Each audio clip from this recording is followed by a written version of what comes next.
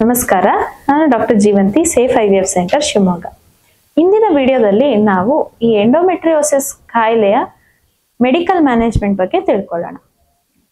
ಯಾರಿಗೆ medical management ಬೇಕಾಗತ್ತೆ, ಏನು ಮೆಡಿಕಲ್ ಮ್ಯಾನೇಜ್ಮೆಂಟ್, ಏನೆಲ್ಲ ಅದರಿಂದ ಯಾವ್ಯಾವ ಸಿಂಪ್ಟಮ್ಸ್ ಗಳನ್ನ ಕಡಿಮೆ ಮಾಡ್ಬೋದು ಅನ್ನೋದನ್ನ ತಿಳ್ಕೊಳ್ಳೋಣ. ಮೇನ್ಲಿ ಮೆಡಿಕಲ್ ಮ್ಯಾನೇಜ್ಮೆಂಟ್ ಬರೋದು ಪೇನ್ ರಿಲೀಫಿಗೆ.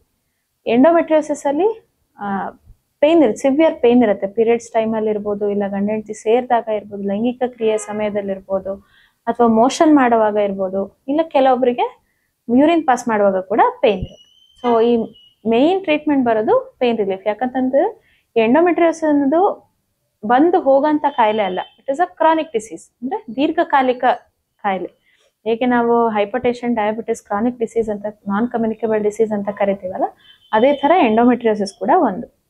ಸೊ ಹಾಗಾಗಿ ಲೈಫ್ ಲಾಂಗ್ ಮ್ಯಾನೇಜ್ಮೆಂಟ್ ಬೇಕಾಗತ್ತೆ. ಸೊ ಪೇನ್ ರಿಲೀಫಿಗೆ ಏನೆಲ್ಲ ಮಾಡ್ಬೋದು, ಯಾರಿಗೆ ಈ ಮೆಡಿಕಲ್ ಮ್ಯಾನೇಜ್ಮೆಂಟ್ ಸೂಕ್ತ ಆಗತ್ತೆ? ಒಂದು, ಪೋಸ್ಟ್ ಸರ್ಜರಿ ರಿಕರೆನ್ಸ್ ಆಗದೆ ಇರಲಿ ಅನ್ನೋದಕ್ಕೆ ಮೆಡಿಕಲ್ ಮ್ಯಾನೇಜ್ಮೆಂಟ್ ಟ್ರೈ ಮಾಡ್ಬೋದು. ಇನ್ನೊಂದು, ರಿಕರೆನ್ಸ್ ಅಂದ್ರೆ ಸರ್ಜರಿ ಆಗಿದೆ ಬಟ್ ಅಂದ್ರೂ ರಿಕರ್ ಆಗಿದೆ, ಮತ್ತೆ ವಾಪಸ್ ಎಂಡೋಮೆಟ್ರಿಯೋಟಿಕ್ ಸಿಸ್ಟ್ ಅಥವಾ ಎಂಡೋಮೆಟ್ರಿಯೋಟಿಕ್ ಸ್ಪಾಟ್ಸ್ ಏನೋ ಡೆವಲಪ್ ಆಗಿದೆ ಅಂತಂದ್ರೆ ಅವಾಗ ಈ ಮೆಡಿಕಲ್ ಮ್ಯಾನೇಜ್ಮೆಂಟ್ ಟ್ರೈ ಮಾಡ್ಬೋದು. ಇಲ್ಲ ಪೇಷಂಟ್ ಸರ್ಜರಿಗೆ ವಿಲ್ಲಿಂಗ್ ಇಲ್ಲ ಅಂತ ಅಂದಾಗ ಮೆಡಿಕಲ್ ಮ್ಯಾನೇಜ್ಮೆಂಟ್ ಟ್ರೈ ಮಾಡ್ಬೋದು. ಏನೆಲ್ಲ ಕೊಡ್ಬೋದು ಪೇನ್ ರಿಲೀಫಿಗೆ ಅಂತಂದ್ರೆ, ಒಂದು NSAIDs ಅಂತ ಕರಿತೀವಿ, ಅಂದ್ರೆ ಪೇನ್ ಕಿಲ್ಲರ್ಸ್. ಸೊ ಅದು ಪೇನ್ ರಿಲೀಫಿಗೆ ಹೆಲ್ಪ್ ಮಾಡುತ್ತೆ. ಇನ್ನೊಂದು, ಮೇನ್ಲಿ ಎಂಡೋಮೆಟ್ರಿಯೋಸಿಸ್ ಅನ್ನೋ ಕಾಯಿಲೆ ಈಸ್ಟ್ರೋಜನ್ ಡಿಪೆಂಡೆಂಟ್ ಕಾಯಿಲೆ ಆಗಿದೆ. ಸೊ ಅದನ್ನ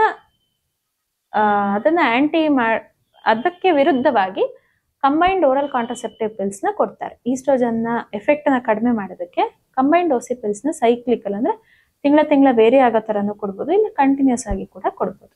ಇನ್ನೊಂದೇನು ಅಂತಂದ್ರೆ ಪ್ರೊಜೆಸ್ಟೋಜೆನ್ಸ್, ಅಂದ್ರೆ ಪ್ರೊಜೆಸ್ಟ್ರಾನ್ ಅನ್ನ ಹಾರ್ಮೋನ್ ರೀತಿಯಲ್ಲಿ ಕೆಲಸ ಮಾಡುವಂತ ಮಾತ್ರೆಗಳು. ಇವಿಷ್ಟು ಬಾಯಿಂದ ತಗೊಳ್ಳುವಂತ ಓರಲ್ ಮೆಡಿಕೇಶನ್ಸ್.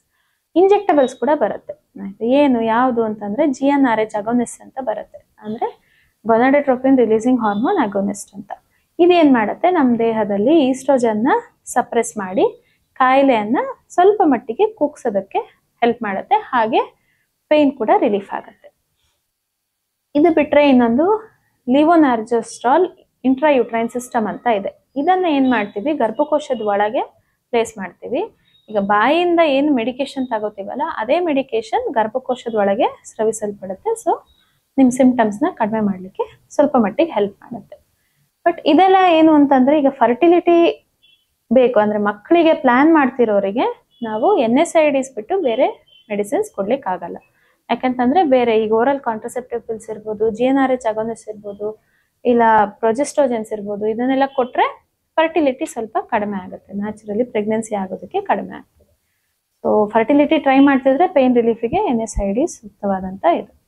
ಇದು ಬಿಟ್ರೆ ಬೇರೆ ಏನ್ ಮಾಡ್ಬೋದು, ನಮ್ಮ ಜೀವನ ಶೈಲಿಯಲ್ಲಿ ಏನಾದ್ರು ಬದಲಾವಣೆ ಮಾಡ್ಕೊಂಡ್ರೆ ಏನಾದ್ರೂ ಪರಿಹಾರ ಇದೆಯಾ ಎಂಡೋಮೆಟ್ರಿಯೋಸಿಸ್ಗೆ ಅಂತಂದ್ರೆ ಹೌದು. ಸ್ವಲ್ಪ ಮಟ್ಟಿಗೆ ನಮ್ಮ ಆಹಾರ ಮತ್ತೆ ಎಕ್ಸಸೈಸ್, ರೆಗ್ಯುಲರ್ ಎಕ್ಸಸೈಸ್. ಎಷ್ಟೊಂದು ಸ್ಟಡೀಸ್ ಅಲ್ಲಿ ಬಂದಿದೆ ಏನಂತಂದ್ರೆ, ಯೋಗ ಮತ್ತೆ ಮೆಡಿಟೇಷನ್ ಅಂದ್ರೆ ಪ್ರಾಣಾಯಾಮ, ಧ್ಯಾನ ಮಾಡೋದ್ರಿಂದ ಈ ಎಂಡೋಮೆಟ್ರಿಯೋಸಿಸ್ ನ ಸಿಂಪ್ಟಮ್ಸ್ ನ ಕಡಿಮೆ ಮಾಡ್ಬೋದು ಅಂತ.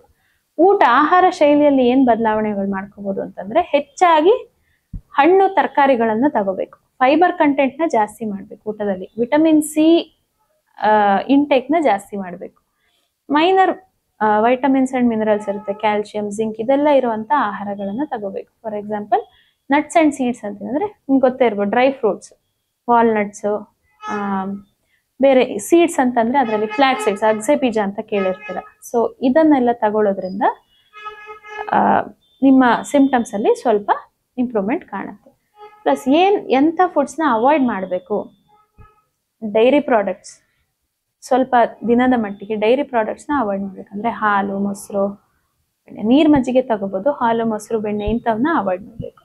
ಆಮೇಲೆ ಹೈ ಶುಗರ್ ಕಂಟೆಂಟ್ ಇರುವಂತ ಪದಾರ್ಥಗಳು, ಹೈ ಫ್ಯಾಟ್ ಕಂಟೆಂಟ್ ಇರುವಂತ ಪದಾರ್ಥಗಳು, ಜಂಕ್ ಫುಡ್, ರೆಡ್ ಮೀಟ್ ಅಂತ ಕರಿತೀವಿ, ಕೆಂಪು ಮಾಂಸಾಹಾರಿಗಳಿದ್ರೆ ಮಾಂಸವನ್ನ ಅವಾಯ್ಡ್ ಮಾಡಬೇಕು. ಸೊ ಇದನ್ನೆಲ್ಲ ಅವಾಯ್ಡ್ ಮಾಡೋದ್ರಿಂದ ಸ್ವಲ್ಪ ಮಟ್ಟಿಗೆ ನಿಮಗೆ ಸಿಂಪ್ಟಮ್ಸ್ ಅಲ್ಲಿ ರಿಲೀಫ್ ಕಾಣುತ್ತೆ. ಇದಿಷ್ಟು ಮೆಡಿಕಲ್ ಮ್ಯಾನೇಜ್ಮೆಂಟ್ ಆಫ್ ಎಂಡೋಮೆಟ್ರಿಯೋಸಿಸ್ ಬಗ್ಗೆ ಕಿರು ಮಾಹಿತಿ. ಧನ್ಯವಾದಗಳು.